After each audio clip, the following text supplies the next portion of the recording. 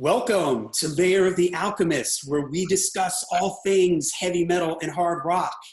For today's episode, I have a very special guest with me as we are going to be discussing some heavy hidden gems from the 80s Swedish metal scene. Now, we're not going to be talking about any of the big bands like Candlemass, Europe, or Entombed, as we want to bring your attention to some of the bands that maybe flew a little bit or sometimes flew a lot under people's radar.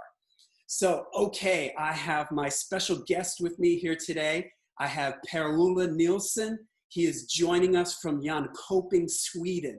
He is a fan of classic metal and an avid concert goer and record collector. He is also a professional writer and journalist his works have appeared in various publications, including Sweden Rock Magazine. Per-Ola, along with fellow countrymen Matthias Reinholdson and myself, used to run a Candlemass fanzine in the early 2000s called the Candlemass Chronicles. Per-Ola would eventually go on to write a book entitled Behind the Wall of Doom, a history about Candlemass. So thank you very much for being here with us at the Layer of the Alchemist, Per-Ola. Thank you.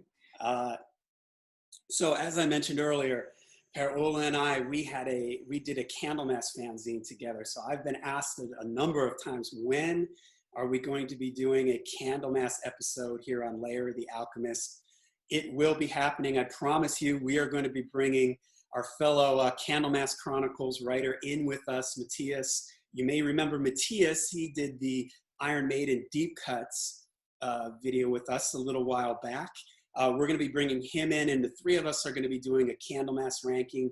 We'll probably be doing some other Candlemass episodes in the future, so look out for that. So today, what we wanted to do is we wanted to talk about the 80s Swedish underground metal bands. We wanted to bring some of these bands to your attention. This is sort of like part of my Heavy Hidden Gems series, where I like to bring to everybody's attention some albums or some bands that maybe they haven't heard of. So Per-Ola, tell me, what do you think sort of defines the Swedish metal sound in the early 80s or the 80s in general, that classic Swedish metal sound? What is that for you, in your opinion? Nothing. I think that's the thing, because there was never really any such thing as a lively heavy rock scene in Sweden in the 70s. So Sweden came kind of late into metal, and you don't find that kind of typical defining thing or sound that you might find in a scene like the British metal scene or the American metal scene or even Germany. What does define the scene is that there were really a lot of bands, and even a lot of bands that recorded and released private releases, which is for a couple of reasons. We still have, but used to have even more so in the 1980s, great public music schools, where basically anyone could learn how to play an instrument. So a lot of Swedish kids knew how to play instruments. A lot of Swedish kids would form bands together, and it was fairly easy to, a lot of taxes being collected in Sweden even then. It was fairly easy to find places to rehearse and to record. So a lot of kids played in bands, rehearsed, made their own recordings, and were able to release like a private 7-inch single or something. God, I think I have like 150 hard rock and heavy metal private 7 inches from the 1980s, and there's probably 100 more to collect. So there's a lot to dig through. It's a big scene. Awesome. And that's small. Big scene, small bands. Yeah. I don't think it was really. I think the first time in heavy metal music you had, when the Swedish bands approached a sound that was typically Swedish, was probably late 80s, early 90s death metal. That was probably the first specific, truly Swedish scene sound, yeah, in my opinion. Yeah, I would agree with you. And just to comment that when I thought of doing this video, and I actually had some people ask me, do a video on some of this, more obscure Swedish metal bands. You were the first guy I thought of because I know that you're an avid collector and historian of this kind of stuff. And I would agree with you that, getting ready for this episode, listening to the bands that I picked, uh, I did notice that it is kind of a mixture of different things. You've got some of the new wave of British heavy metal influence in there. You've got uh, some melodic, neoclassical style Yeah. sounds in some of the bands. You have some of the over the top, like, faster, maybe Motorhead-ish type stuff, a little bit of German riffing in there every now and then, a la Accept maybe. So yeah, I agree with you that sort of the Swedish metal sound in this era was kind of a mixture of a lot of different Yeah, it's things. a bit of everything. So correct me if I'm wrong. I thought I remember hearing that back. I don't know if they still do this, but back then, bands could have practice spaces that they didn't have to pay for. Was it the you mentioned the taxes and stuff. Did that sort of was this part of the music education thing that you were talking about, where bands would have places to practice and sort of be supported like that? Yeah, I should mention I'm only 38 years old myself, so I certainly never set foot in any rehearsal room in the 1980s. But yeah, it was fairly easy for Swedish kids who like to play music to get like places to rehearse and even record. I guess compared to other countries, I suppose, which Uh, is why I think there were a lot of bands. yeah. Uh, would you say that most of the bands in the early 80s scene were from like around the Stockholm area, or were they sort of just spread out around Sweden, Stockholm, Gothenburg? Um, for some reasons, there weren't that many bands in Gothenburg really that I know of, but other than that, I think it was spread around most of the country really. And why do you think that more Swedish metal bands didn't break out or break big in that really early 80s thing? I mean, we know later on that Europe and Candlemass and of course with death metal and everything, but why do you think in that like 82, 83, 84, that era, that there weren't a lot of bands that didn't break out big? Um, Several reasons, but I think basically most of the bands came around just a couple of years too late. I mean, if you think about it now, to me today, just a great heavy metal record is a great heavy metal record. It doesn't matter to me if it was released in 1985 or 1981, but back then, of course, it made a lot of difference. And so, why Swedish bands in 1984 made it big? Because they were a couple of years behind. If you were a metal band in 1984 and you wanted to make it big, the record you needed to do was Ride the Lightning, and no Swedish band was doing that in 1984. So, like, if you the kind of records they made in 1984, for that to be a big thing, it would have had to make it in 1980, I suppose. When Iron Maiden released the first album, that was a big thing. Yeah. So where I would you? think that's it in a nutshell. The scene came around a bit too late. Bands weren't original enough, which isn't saying they weren't good, but I don't find it surprising really that no bands really made it big. I don't think there was even a single traditional heavy metal band from Sweden in the 80s that even toured abroad. Yeah. Where do you think that bands from the early '80s, the Swedish musicians, where were they hearing their metal from? Was it coming from radio, from uh, from the UK? Was it Swedish? Did they play like in 80, 81? Were they playing Judas Priest and Ozzy and Accept on Swedish radio? Or I mean, this is a little bit before MTV. MTV didn't come out till '82, I think, or so. So where were they hearing getting their music from?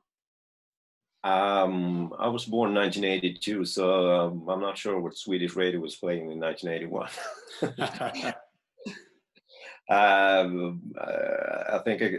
I can say getting records was probably fairly easy in the Sweden in the 1980s.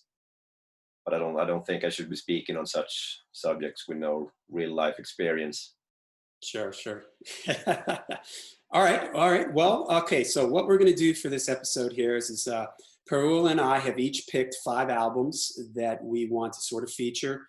We're not putting them, at least I'm not putting them in any particular order. These aren't necessarily our all-time favorite records from this area, but we tried to pick ones that would just give you some bands that we think you should check out. And I picked 5 bands that I think, all have maybe a little bit of a different thing going on with their sound. So there may be something in there for everybody. Okay, so the first band that I've picked is AxeWitch, and the album is The Lord of Flies. Yes, The Lord of Flies. I almost said The Lord of the Flies. It's from 1983, and my copy is on the Fingerprint label. Now, Per-Ola, help me out. The Fingerprint label was a Swedish record label, right? That released a lot of these bands back in that era. And as Candlemass fans, the Fingerprint released the Nemesis album, which was the pre-Candlemass band. So Fingerprint, a Swedish record label from that era. I would describe AxeWitch as sort of a kind of a straight ahead new wave of British heavy metal style band. The vocals, not super high pitched, somewhat clean, medium range type vocals, pretty good musicianship, some pretty melodic songs. Some songs on the album that I liked were the first track, Axe Victim. He's an axe victim. It's kind of a driving NWO BHM style number. The production on the record is pretty good. It's not, it's not super slick. It's not super rough or anything like that. I think it's good for an album from this era. The next song that I really like is High Power. It's got this really catchy chorus to it, major key sounding chorus. It's got some of these modulating riffs, which is really cool. Let the Strings Cry Out is a guitar solo piece a la maybe Eruption by Eddie Van Halen. It's got like this finger tapping stuff in it. Sinner is an Iron Maiden style kind of chugging thing in the verses. It's got a nice kind of drops down to like this halftime groove in the middle of the song with some guitar harmonies. The Arrival of the Flies. It's a classical style instrumental with like this big church organ sound. It reminds me a little bit of like Mr. Crawley, a little bit the intro to Mr. Crawley in some sections, big church organ. And then that leads into The Lord of the Flies, which is the album closer, I believe. Am I correct? No, it's not the album. It's not the album closer. It's in the sort of second side, second song on the second side, and it's a cool one. Probably my favorite track on the album. It's a upbeat Iron Maiden style galloper, if you will. So there's AxeWitch. Like I mentioned, if you're into kind of new wave of British heavy metal type stuff, some good melodic vocals and some catchy choruses, I recommend AxeWitch, The Lord of Flies. Yes, I can't get it correctly because of the book. But all right, Per-Ola, what do you got for your first pick? I think AxeWitch is a great choice. I think that album that you have there is pretty good, but my favorite is actually the album after that, Visions of the Past. I think it's a stronger collection of songs, and that album has got I don't know if you've heard it, but it's got a really like sweet guitar sound, which for me is like the epitome of 80's do-it-yourself metal. It's kind of filled with a vibrating sense of melancholy that really speaks to me. So I have a really soft spot for AxeWitch, even though their songs or their might not be anything original or whatever, but great band. Yeah, it's catchy. It's it's nothing. Like you said, maybe it's not the most original thing. But it's catchy. It's melodic. Like you said, the guitars. I think the guitars do sound good on this, and there's a lot of nice little kind of melodic guitar lines and stuff that did go through it. So, yeah. Yeah. For my friend,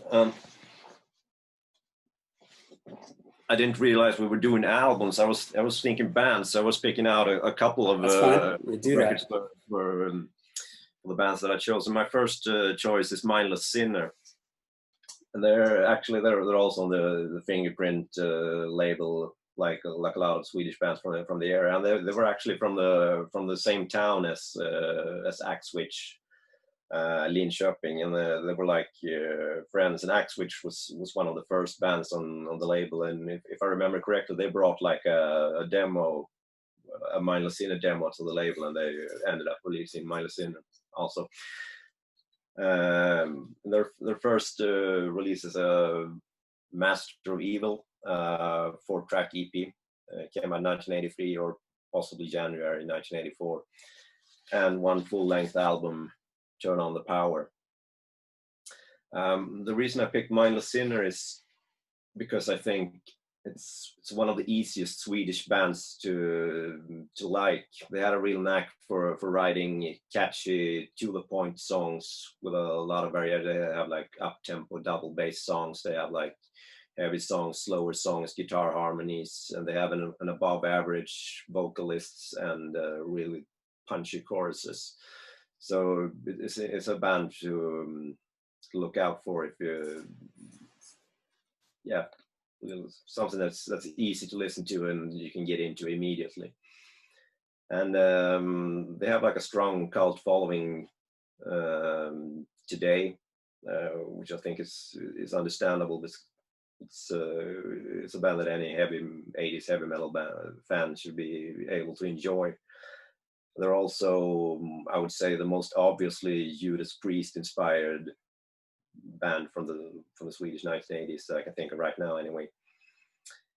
They never made much of a buzz in the 1980s. I think this the full-length album of theirs, Turn on the Power, although the album cover doesn't do it any favors,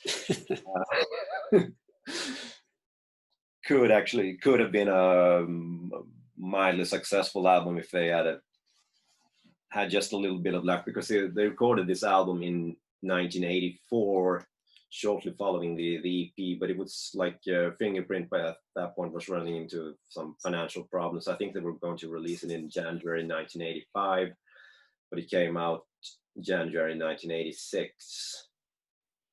And then the label went bust, so only 1,000 copies of this was released. And so it's sort of like a missed opportunity, but great records. Nice. So they were on the Fingerprint label also? Yeah. Cool. All right. My next band, I guess just saying the album that I picked from that band is Heavy Load, Death or Glory. This is from 1982, Thunderload Records.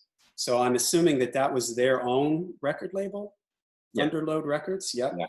Because it was recorded at Thunderload Studios. Now here's another, we mentioned Candlemass earlier with the Fingerprint label. There's another connection between Candlemass and Heavy Load. And the first Candlemass album, Epicus Doomicus Metallicus, was recorded at Heavy Load Studios. And Ragne Wahlquist was the producer of Epicus Doomicus. So on this record, you have Ragne and I'm assuming his brother, Steerborn Wahlquist. So Ragne is on guitar and vocals. He sings on 5 of the songs on here. Steerborn is on drums and sings vocals on 2 of the tracks. This I would describe as epic battle metal, if you will. If you're a fan of Manila Road,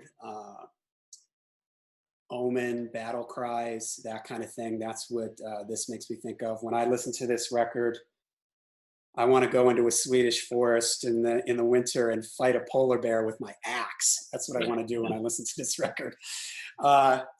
It's got some cool vocals on it. It's, you know, they're clean and everything, but they've got a sort of an intensity to them that I really like. I think it's the first song on the record, Heavy Metal Angels. I just dropped my records back there. The opener, Heavy Metal Angels, that's it's a cool one with a catchy chorus, some little bit of piano things mixed in there. Some nice lead work. It's a song called Something New. It's nice, melodic, mid-tempo and catchy. The guitar is my sword. Yeah, how's that for a Man of War? Eat your heart out, Man of War. This is, again, this sort of epic type of thing here. And I love the lyric in it, my guitar is my sword, I'll fight till I die. It's a good kind of fist-pumping, triumphant metal. Still There Is Time is an upbeat one with, it's got an almost like, makes me think of like a power metal-ish style chorus to it that's sort of uplifting, the way the chorus sort of lifts up, and the verses have like a fast double bass drum thing that also, these hanging guitar chords that also make me think of power metal. I really like Daybreak Ecstasy. It has this picked, clean guitar intro, and then these like harmonized guitar. And I always love when there's like the guitars do like a ba-da, and the drums keep playing and the vocals are over the top. I always love that kind of thing where there's like little guitar stabs in it, and they do that in the verses here, which I think is really cool. So Heavy Load, they're probably one of the more popular bands, if you will, from this underground metal scene, and they had an album out in 1978, Full Speed at High Level, which for 1978, I don't know if you agree with me on this, is pretty forward thinking. It really sounds like an album that should have come out in 82 or 83 or something. So they were, am I correct in this, that they were really kind of ahead of the scene a little bit, maybe one of the first bands doing this kind of thing in Sweden? Am I right? Yeah, definitely. I think it's safe to say that Full Speed at High Level was the first true heavy metal album released in Sweden, if you like. And I think Heavy Load is really one of, well, the only Swedish 80s metal band that I can think of that really has a signature sound. Like, you put on my favorite record is from them is Stronger Than Evil, which is the record after that one. Like, immediately when you put on that record, and the first track is Run with the Devil, when you hear the guitars, yeah, that's Heavy Load. Cannot be any other band than Heavy Load. Not a lot of Swedish bands of the era had that, but they had like their own thing going on. Yeah, I agree. And like you said, they were, I would imagine, an influential band on a lot of other bands that came after them, because they were doing this really early on. I mean, 1978. If everybody out there, if you have a chance to listen to Full Speed at High Level, check it out. I don't like it as much as this album, but for 1978, it's pretty heavy and pretty traditional, classic metal sounding for that time. So, did he record we mentioned earlier that Candlemass recorded at Thunderlode Studios. Were there a lot of bands that went through Thunderlode Studios in those early 80s? I think in the 80s they recorded mostly demos. As far as I know, the first Candlemass album was the first proper album that was recorded in Thunderlode Studios. They recorded Nightfall as well, actually, although they mixed it somewhere else. And I think in the 90s I think they moved the studio somewhere else, and then they started recording like more bands more frequently as they would have a load on ice. They recorded like a couple of Benny Domine albums, and I don't remember what else, but they had their studio running for a good couple of years in 1980 in the 90s until it was destroyed in a flood or something in the early 2000s. Right, because the studio was in a subway subway station, like below the ground a little bit, wasn't it? Yeah, so it was sort of a unique location. It's a location you need to see to believe. Yeah, and I visited Sweden. Gosh, this is probably going on 15 years now, and hung out with our mutual friend Matthias. And although we weren't able to get to right where the studio was, I think there was something blocking off I don't know if that area of the subway wasn't in use anymore. I can't remember what the deal was, but we were only able to sort of look down into the area that where the studio would have been in general. So,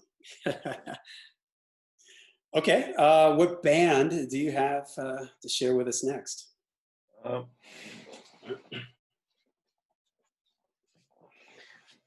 thought I was going to give a shout out to Destiny, because I don't think they get nearly enough attention.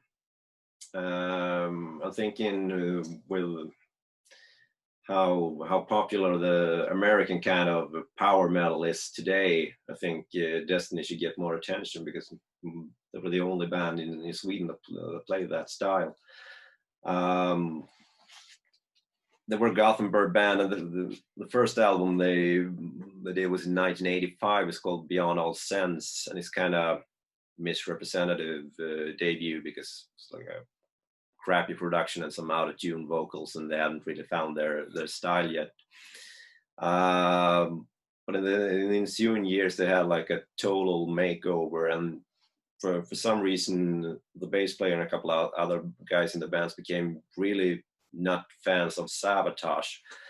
And 1988 saw the release of the second album. It's called Atomic Winter, and it's got, by the way, it's the cover art from Derek Riggs, who did a lot of the Iron Maiden covers.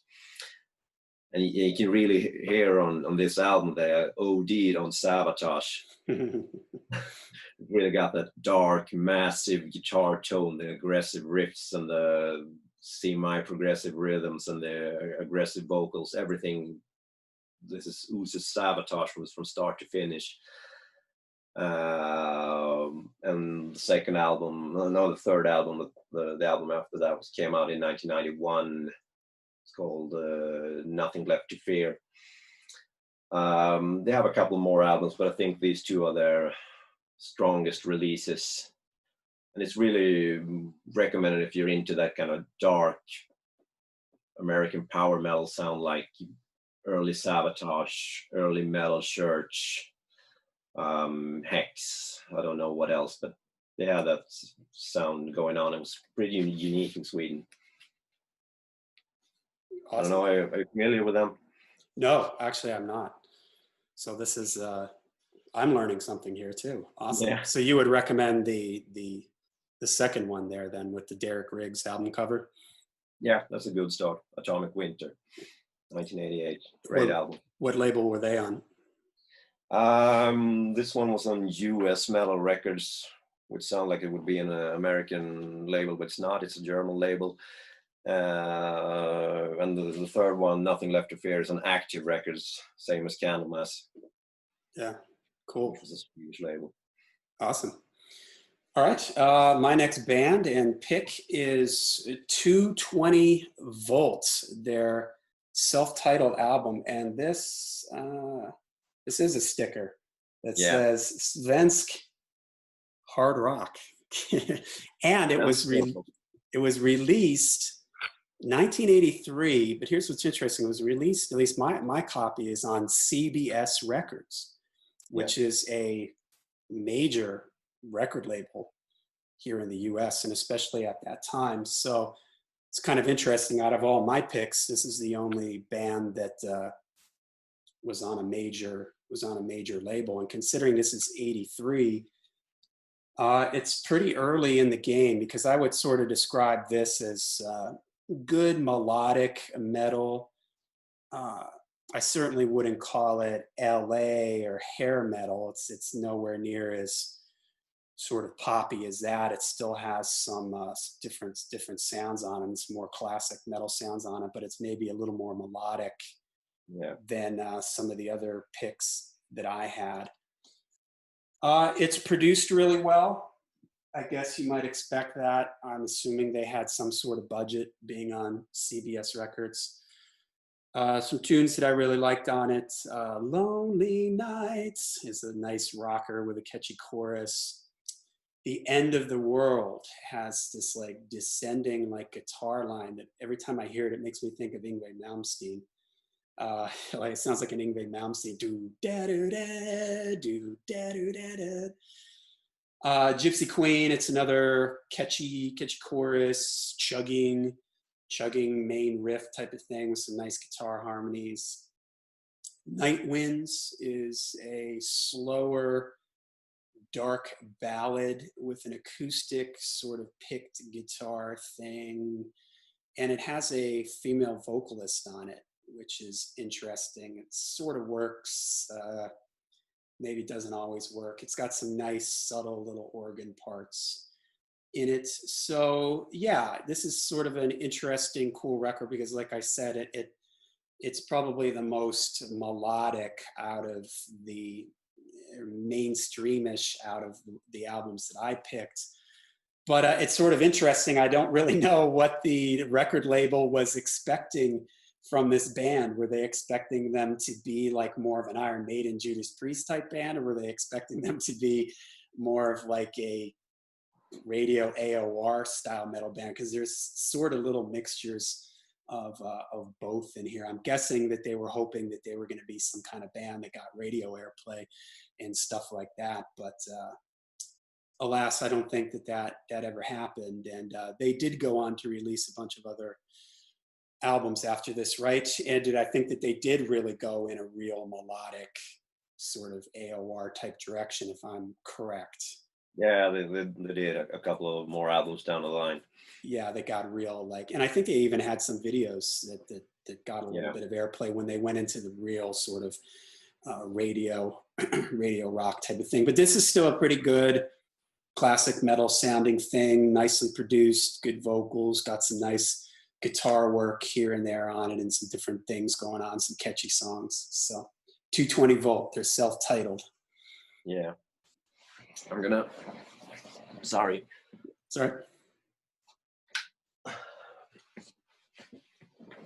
I'm gonna show the thing about the 220 volt or 220 volt, as we say in Sweden.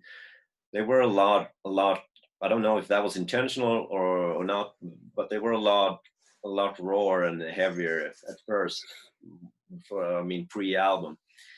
They had like a couple of demos and a self-financed 7-inch single in 1982, which is this one. It's quite a rare one nowadays. And for me, this is their best release, the best stuff they recorded. The A side is Prisoner of War, which was re-recorded in a slightly more brushed up version on that album you have there. And the flip side is the song Sauron, which is exclusive to this release. It's like a dark, haunting, slow, heavy metal piece that speeds up towards the end. It's an amazing song they never re-recorded. And I know they were signed based on this demo. I assume it's like this single had 2 songs of the demo, which had 5 tracks or something. And it's a different singer on this one with a rawer, less polished voice. And I know they changed the singer mid recording for the first album. I don't know if the record label wanted a smoother, more commercially viable voice or something, but I'm guessing it was something along those lines. Yeah, I actually read. I think that I think it was "Prisoner of War" was released as a single before this album came out, the one that I Yeah, self-titled, and it actually got some radio airplay in some cities here in the U.S., and that's what drew the attention of CBS Records. That there was, I think they said, like in Chicago or something, there were some radio stations that were playing yeah. one of their Most of the songs. should be this single then, which is a different recording, or a raw version with a different singer. Yeah. So interest is what's the name of that record again? This is a it's a 7-inch single with 2 tracks on it. Okay. I'm not sure it's got a name, but the A side is Prisoner of War and the B side is Sauron. Awesome. Okay. So what's the next band you got to share with us? The next band is Mercy. I got a couple of their records here, which is an oddity in Swedish metal, and really Mercy was the brainchild of one man, really, the guitarist Andrea Veljaka, which was an immigrant from Yugoslavia. How do you say that in English? Yugoslavia. Yeah. And he was like, he was born in the early 50s, so he was in his early 30s when he recorded those Mercy albums in the early 1980s. But he played like, there were a lot of guys, band members that came and went through Mercy through the years, but most of them were like in their early 20s or even teenagers. So he played with the musicians a lot younger than himself, and sort of was a mentor, if you like, for a lot of them. And I know Messiah Marcolin, the future singer of Candlemass, told me as much, as he joined Mercy in 1984 or something. He was like 17 or 18 years old or something, and Andrea, the guitarist, played him stuff like Trouble or the first Merciful Fate EP and some heavy early Uriah Heep stuff and whatnot. So he probably did a lot of favors as far as championing cool metal to younger people in Sweden. The first Mercy release was an EP, which is kind of pedestrian, nothing special really. But the first album came out in 1984, also on the Fingerprint record, of course. So this is the first, also the first recording featuring Messiah Marcolin on vocals. It's kind of typical 80s metal album, but with a heavier edge than most of other stuff coming out in Sweden. You can hear they have listened to a healthy dose of Black Sabbath. I think that the real winner and the true outsider classic is the second album, Witchburner, came out in 1985. And this, I like to call this an outsider classic, because this is certainly not for everyone. It's when Mercy kind of turned everything up to 11, as they say, and decided we're gonna make the heaviest album ever made. And I don't know if they got that far, but pretty close. And this album is like, if you imagine, you take the guitar tone is obviously lifted straight from the first Trouble record, the Psalm 9 record. It's the same guitar sound model after that, and the song structures are like Saint Vitus, droning long songs, slow heavy riffs, and then you got Messiah doing the vocals atop that, and he was like really channeling his inner King Diamond, like singing about sex and Satan and sodomy and it's the three S's. Yeah. Everything is like the first song is called "I'm Your Pervert Priest." Nothing for sensitive ears, and like don't expect any like spectacular musicianship. It's kind of sloppy and droning and simple, but I love this album. I think it's captivating, and it's amazing how heavy it is, because at this point, nobody in Sweden even bothered trying to be this heavy. Yeah, and what year did that come out? 1985. Yeah, so that even sort of predates. It's amazing how doomy that record is, considering the year that it came out. I mean, it is. It's like you said. It's slow. It's heavy. It's really doomy.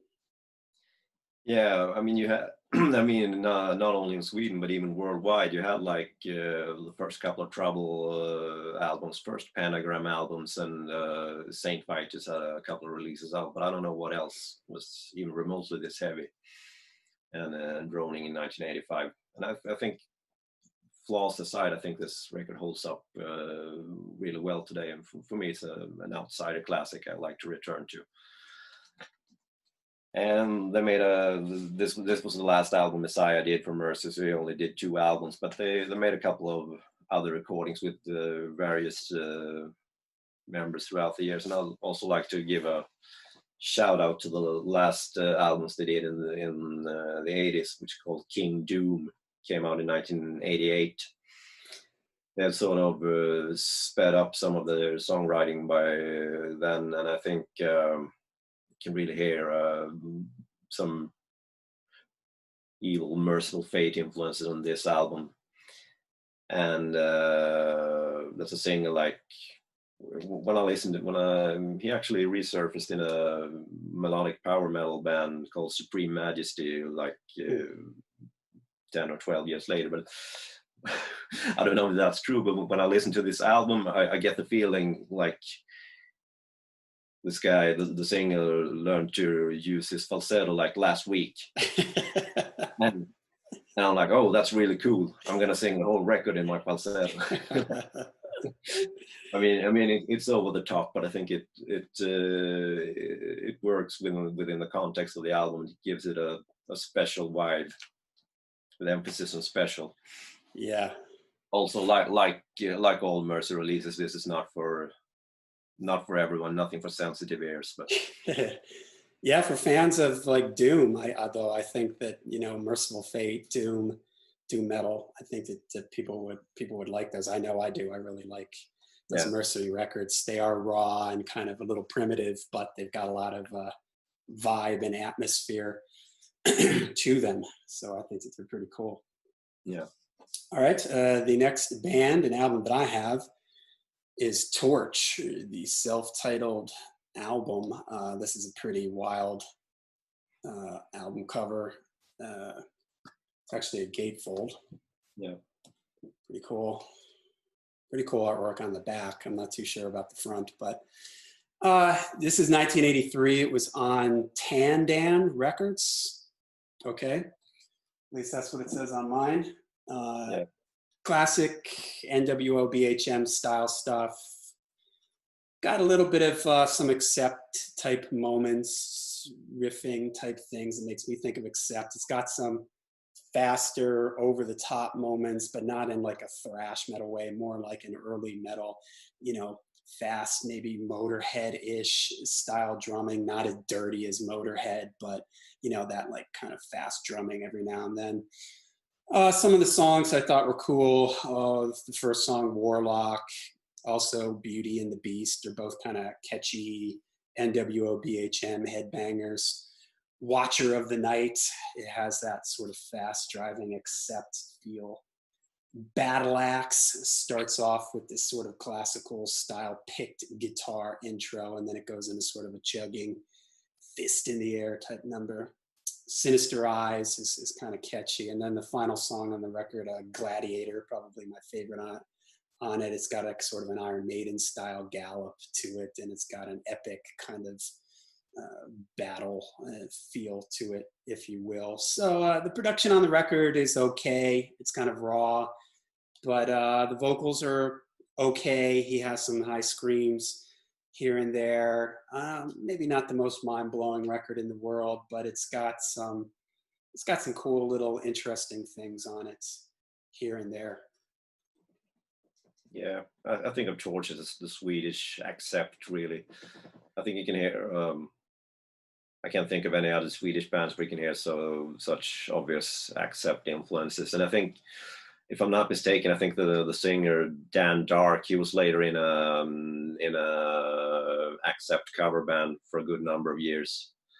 That even toured in Germany. I mean, in the period when Accept weren't around anymore, like the early 2000s and stuff. So he's a big Accept fan. Cool. Yeah, you can hear that on this record. It's Yeah. sort of that early, like it's not speed metal, but it's sort of that early over the top, like kind of fast Yeah. drumming. Then there's sort of the riffing, you know, again, like the Accept style riffing and stuff like that. So if you're into that type of thing, the vocals, I wouldn't say they're not like Udo Dirkschneider, although at times he does sort of go up into that sort of higher screaming area. Yeah. So it's a fun record. Yeah. All right, what band do you have next? My next is I suppose the most obscure, if you like, pick I'm going to talk about today, which is Zone Zero, which is my favorite unsigned band of from the Swedish 1980s. This is the only proper release they have to their name in the 1980s, which is just a 2-track 7-inch single. A side is called Win or Die, B side is Evil Dream, and it's quite a rare one today. I'm not sure why Zone Zero never got signed. They were a great band. They perhaps they didn't have a great singer, but they were great musicians, great players, and they had like great songs. I mean, even 1981, 1982, when they did the recordings, they had like great riffs, interesting song structures, guitar harmonies, really ambitious, epic-like tracks, quite ahead of their time, at least in Sweden. So they were never really properly recorded. They don't have, this is a low budget single, and everything else they have is like demos, rehearsal recordings and stuff. So they were never properly recorded in a studio, which is a shame. But there was a double CD that came out, I don't know what year. It says 2014 on my CD. It's a double CD, came out of Shadow Kingdom Records, a label I know you have experience of. And this double CD set, I think, should compile at least most of what they recorded. It's like the track from the single there. It's like a 5-track professional live recording. Couple of demo tracks, couple of rehearsal tracks with pretty good sound quality. It's interesting to hear, like, although it's pure do-it-yourself recordings, you can really hear the power of the songs. Like there's a song called Tarakia, and there's a song called Breaker of the Change, which got like this wild tempo changes, and right when you think there's one of my favorite Swedish metal songs called Zone Zero, Breaker of the Chains. Check it out on YouTube if you can. It's like right when you think the song is ending, like they like break out into a new riff or another verse or a solo or whatever. It's just a wild ride. Awesome. That's a real heavy hidden gem there for us there. Yeah. Awesome. That's totally awesome. That's what this is about, discovering new bands and everything for all of us. I'm also going to be listing for everybody out there. I will list the bands that we talked about today in the description for the video. So everybody out there, you can go, and we encourage you to go and check out all these bands. All right. Let's see. My last pick is Silver Mountain, Shakin Brains. This came out in 1983 on Road Runner Records. And this band featured Anders and Jens Johansson. Anders on drums, Jens on keyboards. And they would go on to, both of them would play with Yngwie Malmsteen. Anders and Jens would play with a ton of other people.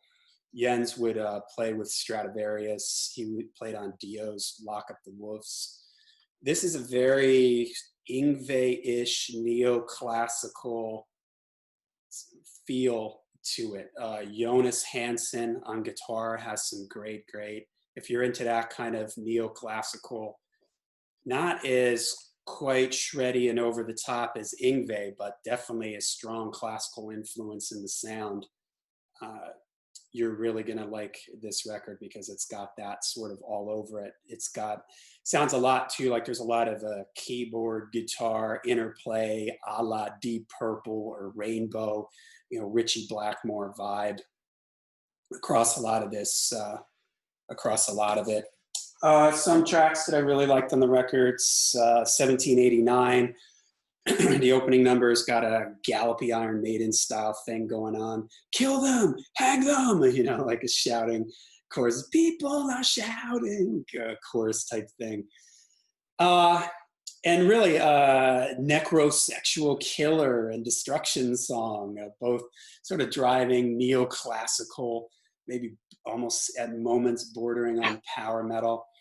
I really like King of the Sea, which starts off with a kind of an acoustic classical style piano thing. And then there's the guitar comes in and the piano and the guitar are sort of playing together while the guitar plays these nice sort of classical style melodies. And then it builds up into this really nice instrumental section where the guitar is playing all these melodies and it's sort of shifting into different keys and the chords are moving around. So as a big Yngwie Malmsteen, early Yngwie Malmsteen fan, I really like this one. And if you're a fan of that neoclassical sound, I think you'll really like this record. It's got a lot of great playing from everybody on it, and especially the guitar and keyboard interplay. The vocals are clean, not too super high, mid-level, mid-range, upper mid-range style vocals. So pretty cool one. Yeah. I think that record is great. Also, the thing about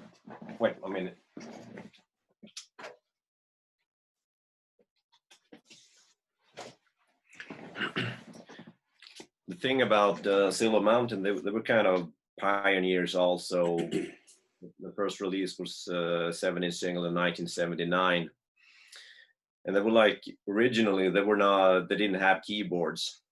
They were not really this type of neoclassical band that they became on the first proper album. They were a twin guitar band originally, and a couple of years ago they came out of sort of an alternative version of the first album, and it's not the same recording, but it's got some of the same songs on it.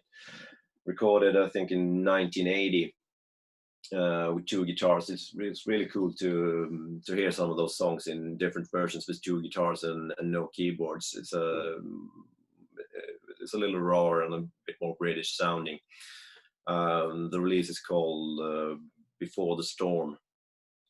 It's recommended to check out if you want to dig deeper into Silver Mountain. Awesome. Yeah.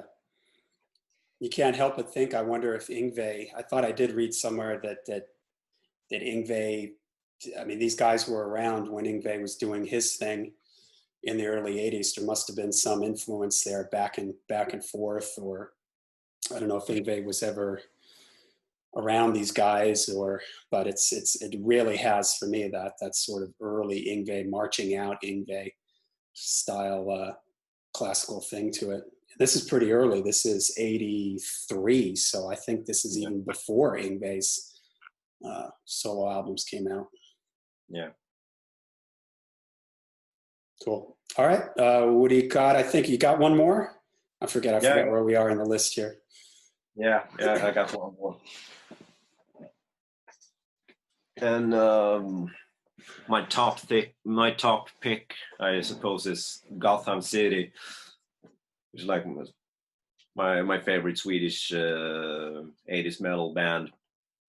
They were also pretty early by Swedish standards and ahead of their time, at least in Sweden.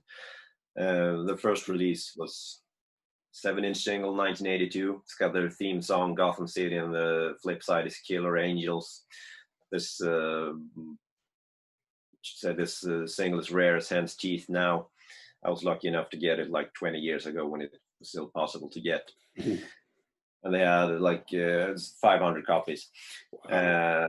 And the year after that, 1983, they released the 5-song EP Black Ritz.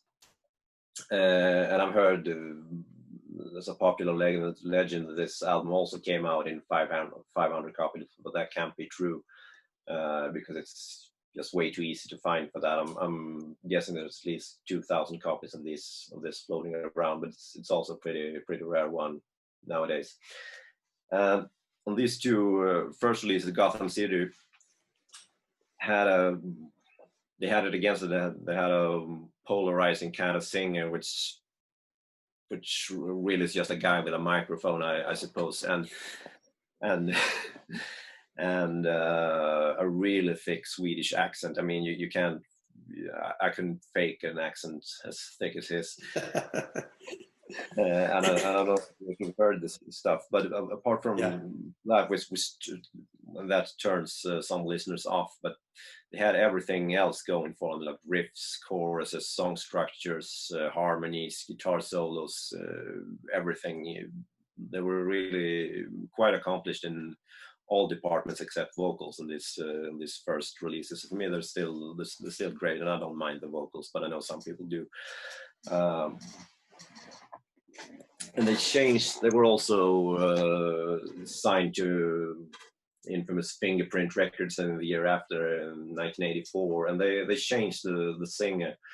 They brought in a guy called Anders Zachrisson, and he later resurfaced as a singer for Nocturnal Rites, the Swedish power metal bands, like 15 years later, mid to late 90s. He sung like 2 or 3 albums, I think 3 albums from them.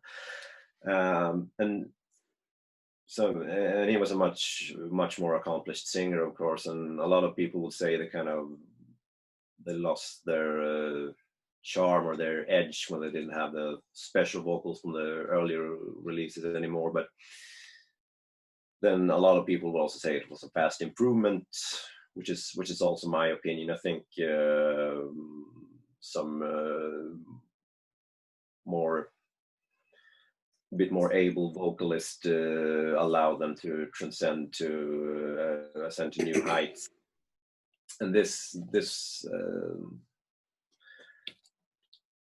album is so awesome. I don't even know how to describe it. They have like I think the guitar player from Gotham City mysteriously vanished, and to my knowledge hasn't done anything after Gotham City. I'm not a guitar player or a musician, so I don't listen to guitars like people play music do. But I hear it's like it's kind of like he's playing some riff. Is he playing that backwards? Like he has like a unique way of constructing riffs that I don't hear in a lot of other bands, which makes Gotham City stand out for me. And I mean, his solos. I'm really not a guitar solo guy as such. I mean, I'm like when I'm in the mood, I say Venom's Countess Passion is the greatest metal song ever recorded because it doesn't have a guitar solo. But I think I'm not a player, so I can't judge like his technical ability or anything. But to me, his solos are like songs within songs. But I think in particular the main solo of the song Borderline, which is the last song in this record, is like I don't know, lasts for maybe 40 seconds or something, but it's like a heavy metal song of its own. It's like one of my favorite guitar solos of all time. And for me, this is the best traditional heavy metal album by any Swedish band ever. It's an album everyone should check out if you're into heavy metal. Nice. Yeah, you're the one that turned me on to Gotham City. Oh, really? And when I met you, I remember you talking about them, and that record is just impossible to find here in the States. Yeah. And when I knew we were going to do this video, and I first contacted you, I just assumed you're going to do Gotham, Yeah. Gotham City, because I know how much of a fan you are of them. And yeah, I think that they're great too. That album that you held up there is probably the most common one, and you can find it on YouTube and everything. So yeah, great band. I think it's a shame that I mean, none of their releases has even been re-released. Yeah, I know. I was shocked. I remember years back looking around trying to find a copy, and it was just impossible to find one in the States. And I thought, well, there must be somebody that's reissued this with all these labels that do reissues. So it was, yeah, I was shocked too that album hasn't been reissued. I don't know why, because it's not like the guys are impossible to find or anything. I know that they can be found on Facebook or whatever. So I don't know. Maybe they won't. Maybe they aren't interested in reissuing their stuff, or maybe they want too much money, or maybe there is just impossible to work out a deal with. I don't know what the issue is, but I'm assuming if it was possible, somebody would have done it already. Yeah. Long ago. And it's a shame because they have a lot of recordings. They have like a couple of demos from the earliest from 1981 and up until 1986, a couple of demo recordings and some professional live recordings. So it's at least more than another album's worth of unreleased material in good sound quality that could be a nice double disc set or something, you know. Yeah, I think even a triple set. Yeah. Yeah, release waiting to happen, but I'm not really waiting for it to happen because I don't think it will happen, but could have been awesome. Yeah. All right. Well, there you go. This was an awesome, tons of heavy hidden gems here for you. Great discussion and history of the early 80s Swedish metal scene. Tons of bands and albums for you to check out. Like I mentioned earlier, I'm going to put a list in the description so you can go out and explore some of these albums. I know all these albums, you can at least hear them on YouTube. Some of them have been reissued. Some of them you can find pressings, like all the stuff that I had, I found here in the US at record shows or stuff like that. So it's not impossible to still find these records, and you can certainly hear them on YouTube and all that. So a great episode. I thank you so much, Per-Ola. This was great. I appreciate your insight and your knowledge on all this. And I can tell you are a hardcore record collector, because when you need to find a record, you just turn around and grab it. It's right there. You don't need to search for it. You know exactly where all your records are. The sign of a true hardcore record collector. Organizing is the key. Right, exactly. So, all right. Thank you again, Per-Ola, for your time. Make sure everybody leave some comments down below. Let me know, have you heard some of these bands?